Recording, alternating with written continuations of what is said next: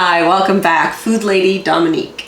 And today I've been spending all day having fun in the kitchen making bread, which is why you see this, because we're in the proofing stage, so I still need this flour, etc.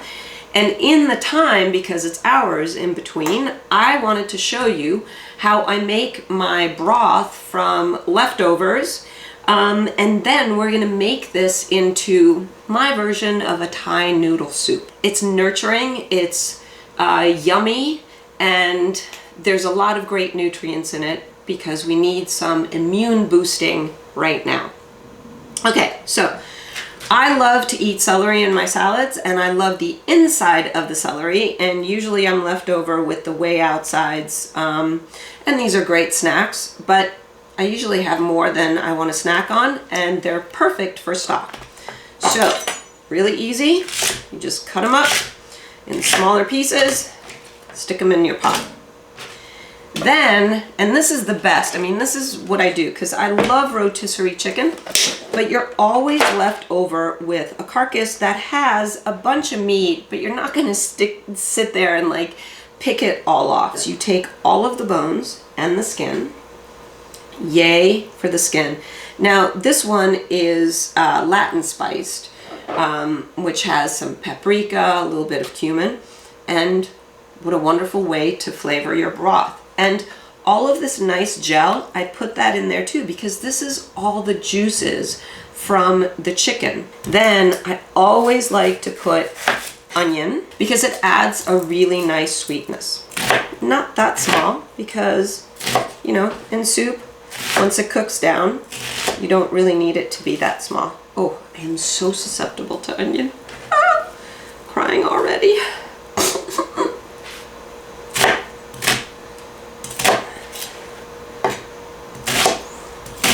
Now, this is also a time that you can put, I'm sorry, I'm just crying up a storm. Okay, let's get these out of my way. This is also a time that if you have any vegetables that are a little tangy, you can put them in because you do a combo of chicken and vegetable soup. Now, I've got a fresh pack of these carrots, but very often I have like the last remnants are turning a little white, not moldy white, but you know how they get a little dry. Perfect thing to put in. And I put quite a bit because then I take them and I cut them up, and I'm still crying. Okay, and I cut them up and put them in my soup. So this is what it looks like. I'm gonna cover it up in water, 1 tablespoon of salt, and cook it for an hour. So I'll see you in an hour, and we'll see how we go forward from there. Hi, so we're back, and now we're ready to take our broth off of the heat. Actually, I turned it off a bit ago just so it cools down a little bit because we need to manipulate it quite a bit. And I've gotten some things ready so that we can flavor our broth, and then some things we're gonna put in, liven the soup. So I've got 2 cloves of garlic, about 1 inch of fresh ginger, and the juice of 1.5 lemons. And so I said I'm making Thai noodle soup. It's my version. So what that means to me, the flavors of Thai cooking that I love are the garlic, the ginger, together with the acid. Quite often it's lime, but what I had at home was lemon and fish sauce. So to me, that combination. Now, if I had some lemongrass, I would have used that in the broth as well. But basically, I'm trying to do the best I can with what I have in the kitchen right now because we're trying to stay home as much as possible. You'll see that I have some baby spinach and baby kale, and I'm gonna put those greens in there. And then we've got different kinds of noodles. Kelp noodles, which I love, and ramen, which my daughter loves, and the rice noodles for my husband. What you do is you put your noodles, then you pour your soup over it, and you top it. So it's as you like it, which is a great way to have soup. Okay, so here we go. And here you have the broth. Because it had that Latin seasoning, I'm pretty interested to see what this comes out to taste like. You want to take everything out of your pot that you're not going to keep in your soup. I'm taking the celery out because all the boiling takes all the yummy good nutrients out of the celery and a lot of the taste, so not really interesting. What I do is I take the little carrots and I give them a good chop, because these still have a lot of good flavor in them and great fiber. Let me move on to show you what we're going to do here. So I'm already going to put all of these pieces into the soup so that I can clear my cutting board. And that's ready to go. Defleshing the bones. And I think this is a job that needs my glasses, my constant accessories.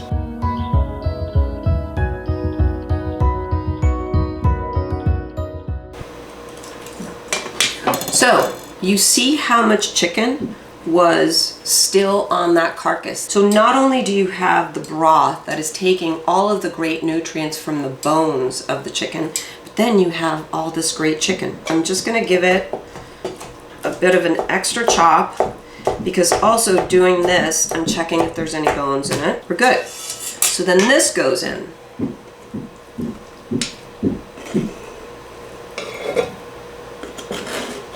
That is basically enough to make a chicken soup for myself, my husband, and my daughter.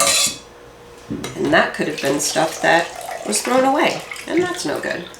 All right, so I'm gonna pour it back through the colander to make sure that I haven't missed any bones or anything. And there we go. Looks good. The other thing that I'm gonna do, the same way that I did at the beginning, is take all these carrots and cut them up, and I'm also gonna take the onions that are in there.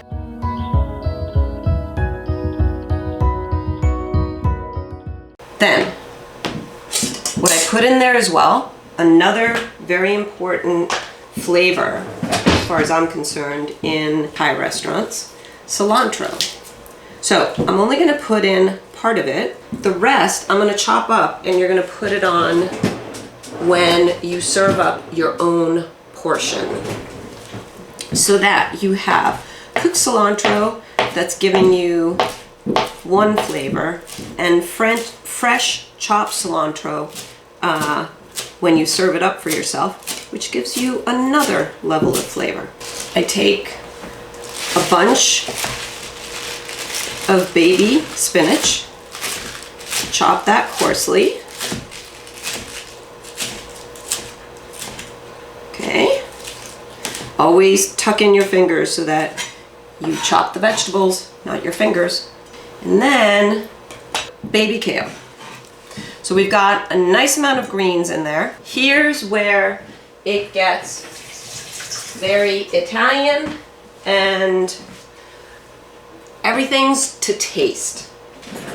So in order to do that, I first have to taste the broth that I have.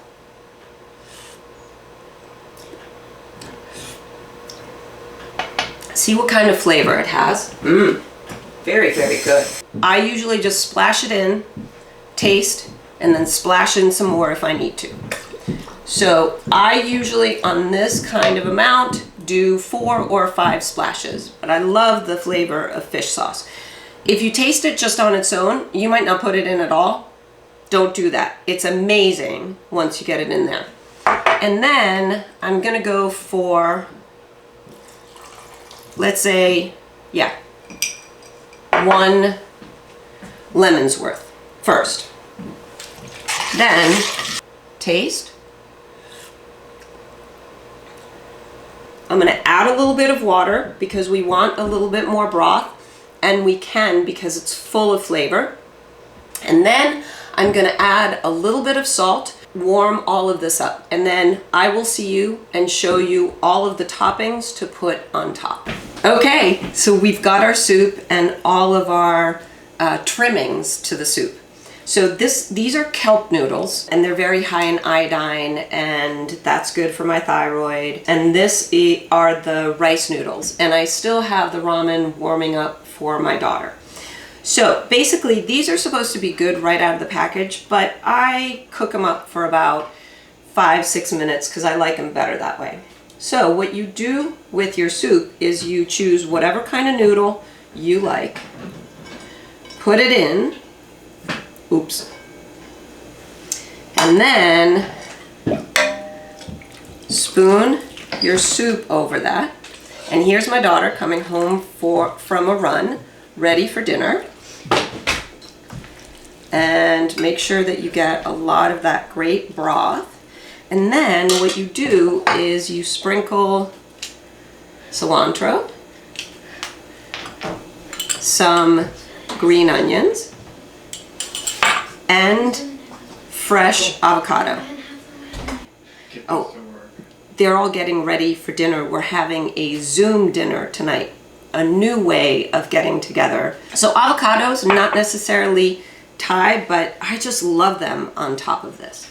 So here's my Piemontese version of a Thai noodle soup, and we're ready for dinner. Please comment below, let me know what you think and how you did yours with the leftovers in your fridge. I'll see you soon. Buon appetito!